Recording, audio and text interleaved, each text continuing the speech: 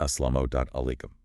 Welcome back to our channel, AI Era Islamic Abrahamic Wisdom. Yeah. Today, we are undertaking a really critical deep dive into a system of governance that institutionalized collective wisdom right at the start of a massive geopolitical shift. Indeed. We're turning our attention to the foundational principles of leadership and, well, consultation established by Hazrat Abu Bakr as-Ṣiddīq, who was, of course, the first caliph after the passing of the Prophet Muhammad. Right. And we're pulling the key insights from the material you've shared with us. Today, we're going to discuss Mr. Zahir Ahmad Mir's book, Hazrat Abu Bakr as-Ṣiddīq.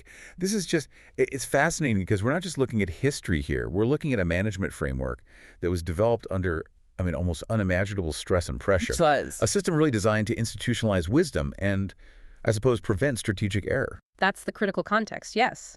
That pressure cooker environment is what makes this material so valuable. Abu Bakr inherited a community that was facing immediate existential threats. It required decisions right away that would define the path of governance for centuries. So our mission today is what, exactly? Our mission today is to extract the operational core of his governance method, to really understand precisely how he prioritized systematic consultation, or Shūrā, to ensure that decisions were sound, legitimate, and resistant to the pitfalls of personalized power. Okay, so let's get right into the heart of it. We hear the word consultation thrown around a lot today, in boardrooms, political cabinets, even when we talk about deploying new technologies like AI. All the time. But your sources suggest that for Abu Bakr, it wasn't symbolic participation or just some formality to make people feel included. Precisely. That's the first and most important distinction. The initial focus has to be on defining Shūrā as an operational requirement. It wasn't a suggestion, and it certainly wasn't, a democratic vote. The sources state very clearly that Abu Bakr treated consultation as essential to correctness. Essential to correctness? Yes. It wasn't something you did if you had time or if the answer was unclear. It was what made the final policy decision right and legitimate in the first place. Wow. Okay, that distinction changes everything, doesn't it? It elevates consultation from just a political courtesy to being a mechanism for, what? Truth extraction, strategic validation. Both. And if the decision wasn't consulted upon, was it, by definition, considered structurally flawed? In the eyes of this early governance system, yes, absolutely. Yeah. The key insight here is that the entire structure was designed to ensure that truth emerged through collective wisdom. It came through the rigorous testing of diverse, qualified input, rather than through the dominance of a single individual, no matter how revered that person might have been. So the focus was on the integrity of the process. The process, not the infallibility of the leader. And what that meant, in practice, according to the source material, is that several critical safeguards were immediately put into place to protect that process itself. What were those crucial structural elements? Well, they were safeguards against the natural corruption of power. It meant that decisions were not personalized. They were policies of the caliphate, not the personal preferences of the caliph. Okay. It also ensured that authority did not replace reasoning. You couldn't just command, you had to justify your position. And crucially, leadership did not silence dissent. This structure ensured that wisdom could flourish without being overshadowed by charisma or rank or just the sheer volume of opposition. That is a masterclass in separating the office from the person holding the office. Okay, let's unpack this foundational idea as we move into our first major section. We're examining Shūrā as an essential principle, not just a formality. And before we dive deeper, if you're finding this material insightful, please do subscribe to our channel and please, and also share this video with your friends. Your support really does allow us to continue these deep dives. Okay, so we've established that Shūrā was the foundation of correctness. But how did Abu Bakr ensure that this system became a governing principle rather than just, a set of regular advisory meetings? It became a principle because it was actively and visibly institutionalized. It was the required mechanism to distill the best possible path forward. This wasn't about getting a rubber stamp for a decision already made. Right. It was about achieving the optimal outcome by pooling the highest intellectual and moral resources available. This system actively resisted the personalization of power by making the leader dependent on and accountable to that collective wisdom. I think that's the core tension in any powerful organization, isn't it? The leader is required to lead, to be decisive. But how do you stop that necessary concentration of executive power from leading to just blind authority? And the structure provided the answer. Leadership in the system was viewed primarily as a mechanism for facilitating truth. It wasn't an end in itself. If the leader's ultimate mandated role is to facilitate the discovery of the most correct action, then they must consult widely and deeply. So it's an act of intellectual humility that's just built into the job description. Exactly. The leader becomes the conductor, synthesizing the expertise of the orchestra, not trying to write every score himself. This immediately restrains the leader's ego because success gets attributed to the process, not just to the person. That brings us to the crucial point of who is included in this orchestra. In modern settings, a corporation, a government agency consultation often just means talking to people with the biggest titles, or the ones who are politically connected. But the sources detail very specific, stringent criteria used by Abu Bakr to curate the input. It wasn't a free-for-all. And this is where the wisdom of the filtering process is truly apparent. It's a vital lesson for anyone trying to conduct genuine, high-quality consultation today. The criteria were stringent and based entirely on merit, on the quality of the contribution, not on influence or wealth or political weight. So what were they? What were the criteria? Specifically, he consulted those with profound knowledge, a deep understanding of the specific issue at hand, whether it was law, military strategy, or fiscal management. Okay, knowledge. Makes sense. Then he consulted those with demonstrable experience, people who had practical application in relevant fields and, crucially, understood failure modes. They'd seen what could go wrong. Right, not just theorists. Not just theorists. And critically, he consulted those with unimpeachable moral credibility. Individuals whose integrity was simply beyond question, which ensured their advice wasn't tainted by self-interest or political ambition. Knowledge, experience, and moral credibility. That trio, that's incredibly robust. It covers competence, a practical track record, and ethical alignment. Exactly. And that trio immediately sets the exclusion criteria, which is just as important. You were not consulted if you were simply seeking influence or personal gain. You were not consulted if you were merely demanding attention or popularity. And so no lobbyists. And certainly not if you were driven solely by emotional reaction or what we might call noise input that lacks substance or is just driven by momentary panic. So the input was highly curated. It wasn't democratic in the sense of one person, one vote, or whoever yells loudest wins. It was a structured, meritocratic consultation designed for strategic effectiveness. Precisely. And the implication is profound. Wisdom, not noise. Guided policy. Just think about this in the context of our modern information overload and hyperconnectivity. Oh, absolutely. We are inundated with high-volume demands on social media from aggressive lobby groups, from internal stakeholders driven by short-term metrics.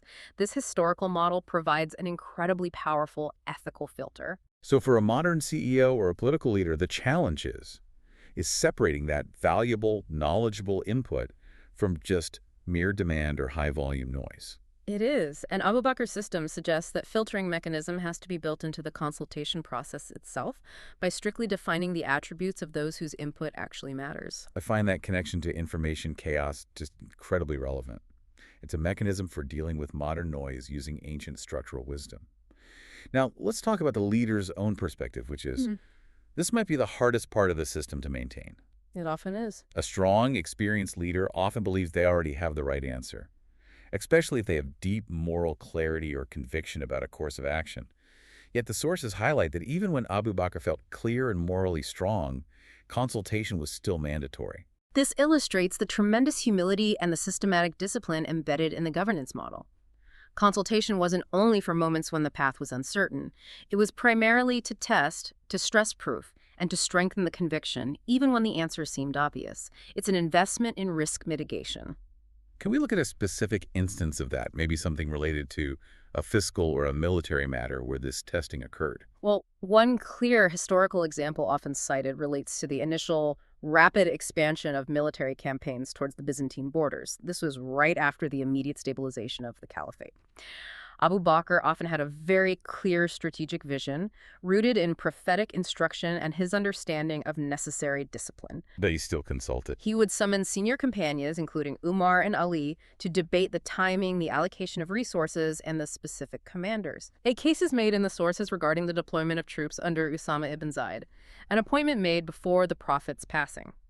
Many companions argued vehemently that deploying this very young commander during a time of extreme internal revolt was strategically unsound. They felt the troops were needed closer to Medina. A reasonable argument from a military perspective. A very reasonable argument.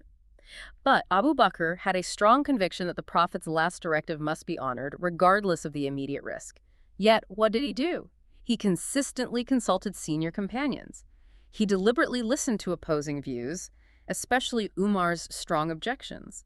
He allowed genuine disagreement, often hearing their arguments out completely, and only then made the final ruling, which was to proceed with the mission. But the act of listening, even when he ultimately stuck to his conviction, that was key. What does that act of listening achieve, besides just making the others feel heard? It achieves two things: strategic intelligence and buy-in. When he listened, he didn't just dismiss their concerns, he understood the risks they were highlighting. And crucially, by allowing the dissent, he transformed what could have been a unilateral conviction into a tested collective strategy. So when he made the decision... When he made the decision to proceed, the opposition, having been heard and refuted based on principle, shifted instantly to full support. The consultation strengthened the eventual action. That last point, reconsidering positions, or at the very least testing them, that's the hardest thing for any leader to do. It requires admitting that even your most certain belief might be flawed or incomplete. And that leads to the core rule of leadership that we can derive from this practice. Certainty improves when tested by discussion. If you enter the Shūrā 90% certain, the discussion might reveal that critical 10% risk you missed, a logistical weakness, a resource drain, a political consequence. Or, if your argument stands up to all that scrutiny, your conviction is strengthened from 90% to 99%. In either outcome, the resulting decision is objectively better, safer, and more legitimate. This mechanism forces intellectual engagement and prevents the inertia of unchallenged assumption. Which, in high-stakes governance, is the precursor to major destabilizing error. Exactly. The lesson is clear. If you are the person in charge, seeking disagreement is not a sign of weakness. It's a necessary mechanism for intellectual integrity. Absolutely.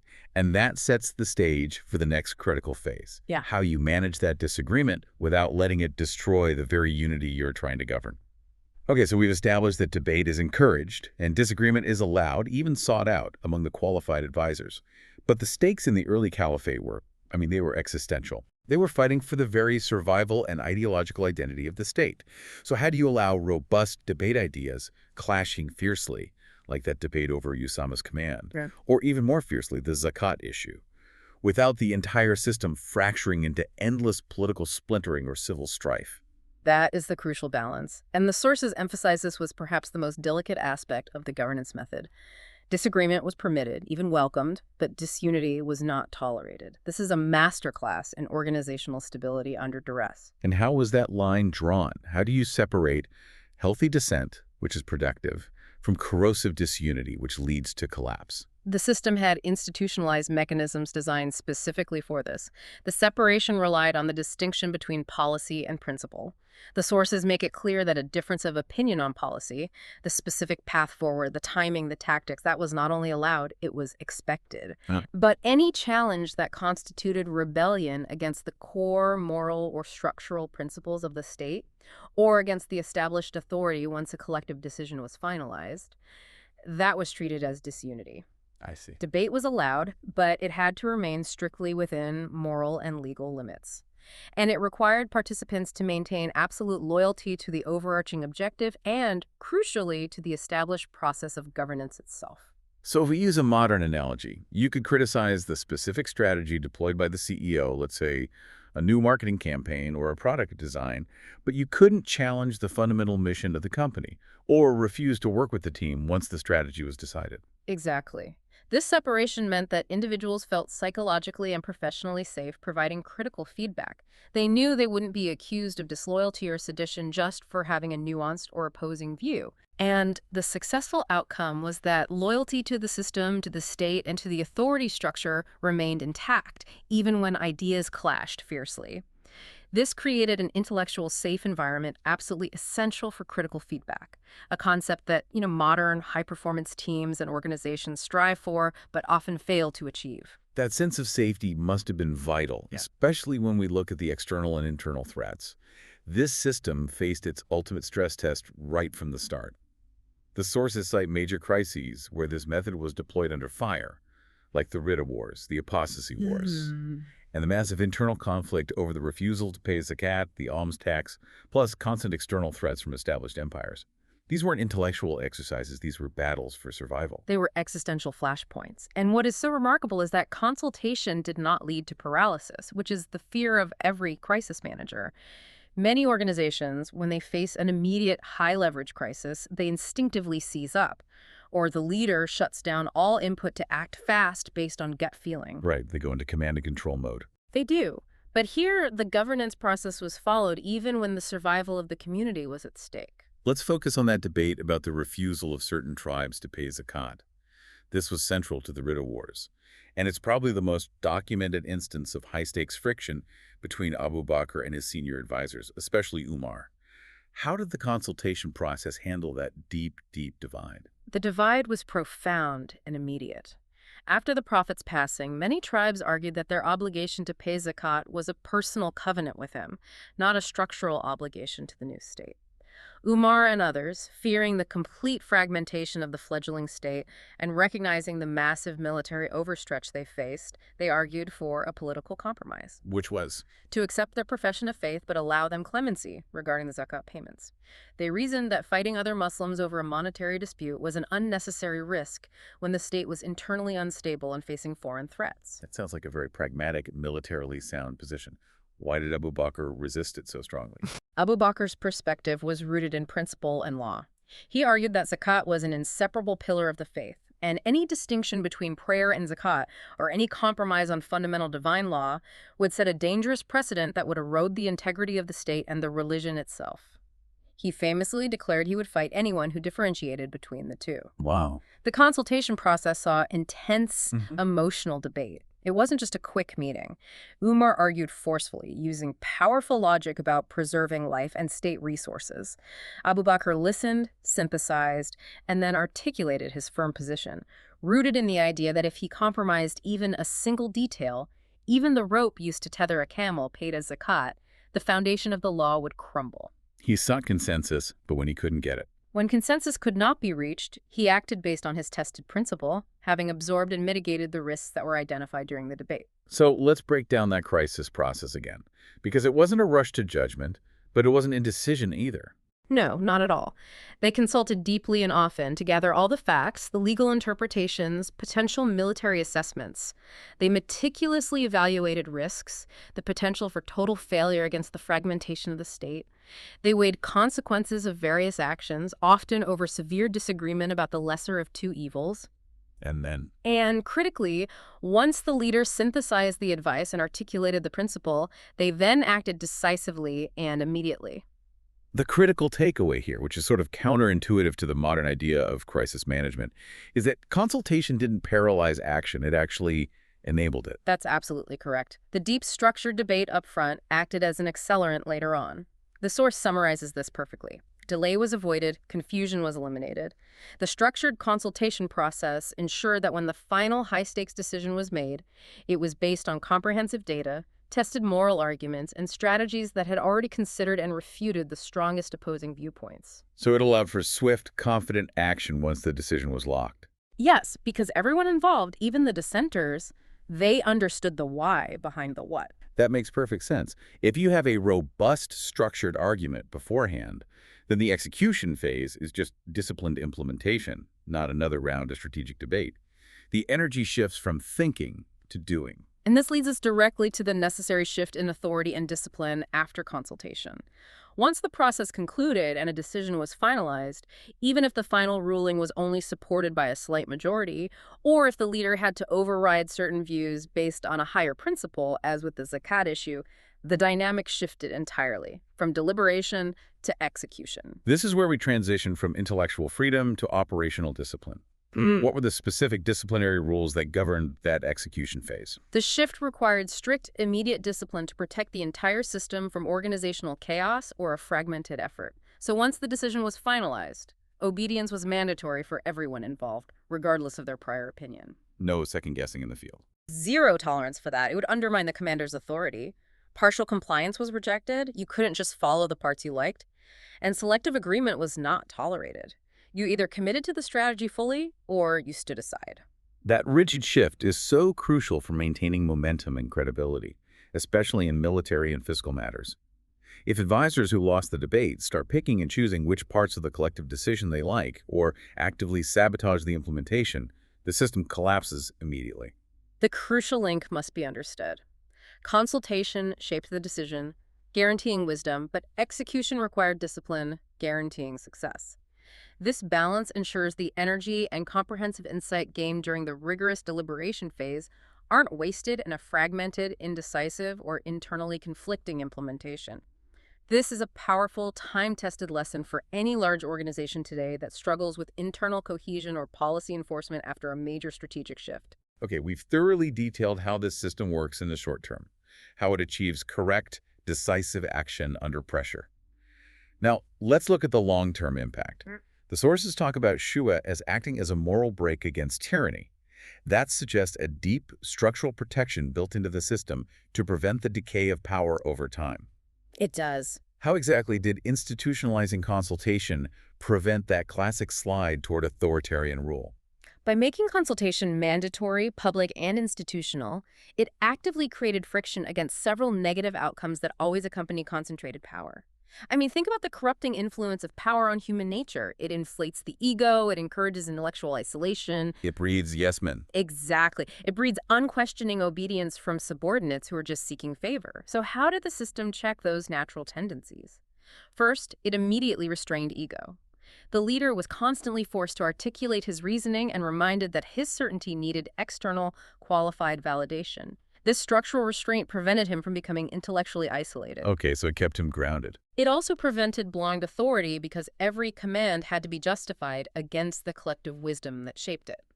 Commands could be questioned on the basis of the Shūrā process itself if that process wasn't followed. And crucially, it ensured that leadership remained accountable to the process and to the companions who formed the advisory council. It sounds like it wasn't just a political system designed to produce good policies. It was a psychological and ethical check on the leader. It made humility a prerequisite for effective governance. Precisely.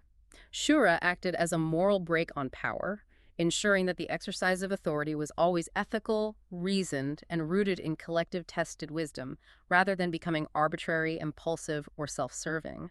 It made power safe to wield. This structural accountability was then beautifully reinforced by the rule of collective responsibility after the decision was made. This is a brilliant mechanism for managing risk and reinforcing institutional trust without devolving into finger-pointing. This is perhaps the most innovative feature from an organizational psychology standpoint. They had to manage accountability in a high-stakes environment where mistakes were inevitable, but blame shifting could destroy morale. So how was accountability managed in a way that actively prevented that natural tendency towards scapegoating, where the leader blames the advice, or the advisors blame the execution? The governance rule was clear and highly distinct. If the policy was executed and the outcome was successful, success belonged to the system. It was a triumph of the collective process of Shūrā that generated the wisdom. The leader shared the success, but the credit was institutional. Okay, but what about failure? And this is the critical part. If the outcome was a failure, the responsibility and the ultimate liability was owned entirely by leadership, the final decision makers who had the authority to synthesize the advice, issue the command, and execute the plan. Wait, so the leader takes the hit for failure, but only shares the glory for success? That seems like a pretty tough deal for the leader. It is a supremely tough deal, but it is precisely what reinforces the entire system. This distinct, highly ethical allocation of responsibility does several things. First, it ensures the leader is extremely cautious, thorough, and demanding of intellectual rigor during consultation because they know they are the ultimate liability for any error. They have a vested interest in listening critically. And the second thing. Second, and equally important, it strengthens institutional trust among the companions and the wider community. Advisors know that their contribution, their Shūrā, is valued as the source of success, and that they will not be blamed or penalized if the leader, in the execution of the policy, makes an inevitable strategic error. It incentivizes advisors to listen deeply and provide honest, critical input without the fear of career-ending reprisal if the plan goes wrong. You're protecting the intellectual capital of the organization. You create a high-trust, low-fear environment. And that's essential for innovation and survival. No blame shifting, no scapegoating of the advisory body. This structure is foundational to creating a resilient organization that can learn from its mistakes openly rather than collapsing under internal pressure and distrust. And that leads us logically to the long-term cultural impact. This wasn't just a governance procedure for Abu Bakr's 2-year tenure. It seems like it quickly became an operational, ingrained standard, influencing subsequent leaders and defining the political culture. Exactly right. Shūrā became a governance culture, not just a meeting or a formality. Its benefits transcended immediate decisions by embedding a systematic approach to problem solving. By institutionalizing wisdom, the system guaranteed enduring benefits for the caliphate. Can we detail those long-term systemic benefits? What did that culture produce? Primarily, they dramatically reduced error rates because high-stakes decisions were always tested by multiple experts. They significantly improved legitimacy among the governed because people saw that the process was transparent, meritocratic, and rooted in communal input, not individual whim. So it built trust in the government itself. And it strengthened unity within the community because dissenting voices were heard and integrated, or at least formally refuted, before the final decision was imposed. And vitally, it served as an unparalleled mechanism for training future leaders by involving them in the complex, high-stakes decision-making process. So people like Umar, who came next. Future caliphs and governors like Umar had served their entire political apprenticeship in the Shūrā Council, learning exactly how wisdom is extracted and how authority is disciplined. So it was an executive development program wrapped inside a governance model. It ensured leadership continuity and quality control for the next generation. Precisely. It institutionalized wisdom as the core operational value. It established a standard that subsequent leaders were expected to uphold. It taught generations of leaders that listening and testing your certainty were not options, but fundamental requirements for acting with both humility and decisive authority. All right, now we take these powerful, historically grounded principles and apply them to our contemporary challenges. We live in a world defined by centralized corporate authority, rapid digital transformation, and increasingly complex automated systems. How does the Abu Bakr model connect with the C-suite and the data center? The connection is startlingly direct because the fundamental challenge remains the same across millennia. How do you prevent the decay of wisdom and the introduction of catastrophic error when authority is concentrated, whether that authority resides in a person, a committee, or a complex algorithm? Today we see that concentration of wisdom, or lack thereof, in two main areas. In CEO-centric organizations that rely on charismatic, unilateral decisions, and, increasingly, in algorithm-centric systems that rely on the output of a black box. And the historical model demands specific structural actions from us today to prevent this concentration from leading to catastrophe. We must actively avoid CEO-centric or algorithm-centric authority, the notion that one person or one complex piece of code knows best simply because of their position or power. And we have to. What? Ensure that high-leverage decisions are tested. Vigorously tested through diverse perspectives, which means actively fighting the echo chambers and cognitive biases that plague modern organizational decision-making. It's the need to consult the knowledgeable and experienced all over again, but scaled up to global technology and massive multinational corporations. The wisdom is still the essential filter. Absolutely. The modern question becomes, who constitutes the knowledgeable? Who constitutes the experienced? And who holds the moral credibility? If you're going to deploy a new financial trading model, you don't just consult the data scientists who built it. No. You consult the domain experts, the traders and risk managers. You consult the ethical reviewers. And you consult those with experience in its failure modes, the historians of financial crashes. That's the modern Shūrā. This brings us to the most cutting-edge application discussed in the source analysis, applying the principles of Shūrā to the design and deployment of AI systems. This is where the structural analogy gets really interesting and immediately practical. The principles are directly applicable because AI represents a powerful, highly concentrated form of non-human decision-making that is often opaque and difficult to audit. The historical model immediately highlights the danger of handing over moral judgment to an unexamined process. So what are the specific structural demands derived from the historical model for this technological context? The demands are twofold, and they focus on mitigation. First, you must consult domain experts, the people who truly understand the underlying data, the biases embedded in the training sets, and the potential societal impact before deploying automated high-stakes systems. This is the AI version of gathering the knowledgeable. And the second demand? Second, And perhaps even more critically, you must embed human oversight and a moral off switch in automated systems. You cannot simply trust the machine because it is fast or efficient. The moral brake must still be human. We have to build structures that ensure the algorithm remains the advisory council, not the caliph. So the core principle is revisited, but applied to code and data. AI systems must powerfully assist decision-making. They can provide unparalleled information and predictive analysis, but they must never be allowed to replace moral judgment or the core human function of evaluation and accountability. Yes. The machine can propose the answer with 99% accuracy, but the human must ultimately exercise the moral judgment and take the full accountability for executing it. And that ties back perfectly to the responsibility model we discussed in Section 3. The AI can generate the data and propose the strategy. Success belongs to the system.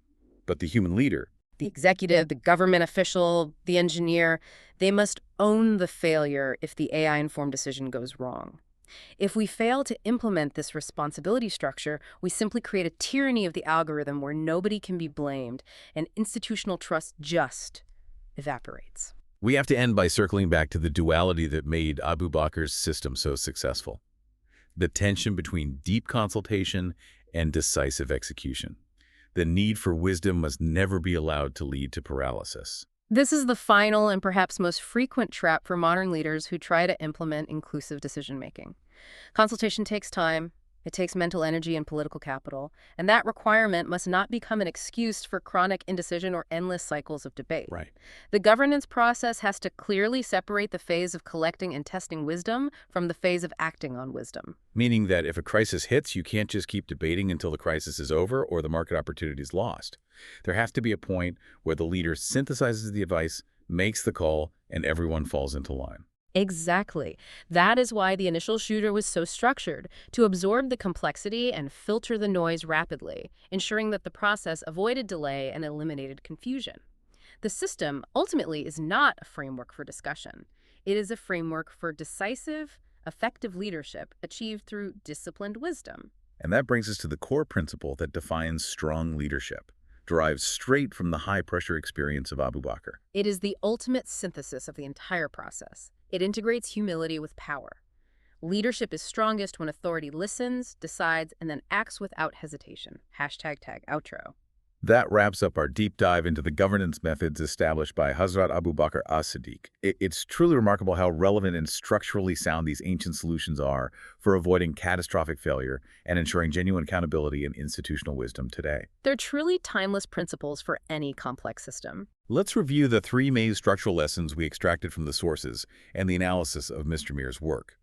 First, we established that Shūrā is essential for correctness, not just courtesy. This means that inclusion in strategic decision-making must always be based on knowledge, experience, and moral credibility, not noise or volume. Second, we saw the mastery of managing friction under existential pressure. The system has to allow disagreement to flourish fiercely, as it did during the Zakat debate, without ever allowing that disagreement to devolve into destructive disunity or the fragmentation of the organization. And third, that consultation must have a definitive, disciplined endpoint. It has to lead swiftly and decisively to disciplined action.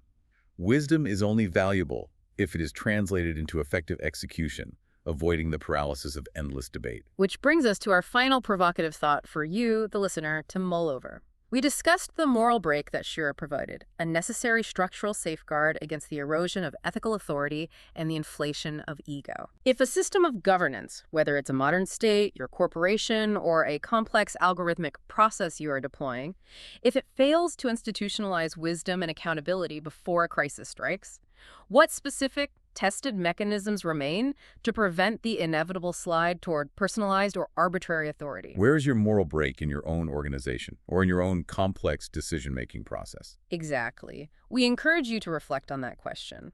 Are your key decisions based on a true meritocratic search for collective wisdom, rigorously testing your certainty? Or are you engaging in merely ceremonial consultation, seeking only the validation of a predetermined path? Thank you for joining us for this extensive deep dive. We hope this has given you a profound new perspective on decision-making, discipline, and principled leadership. We will see you on the next deep dive.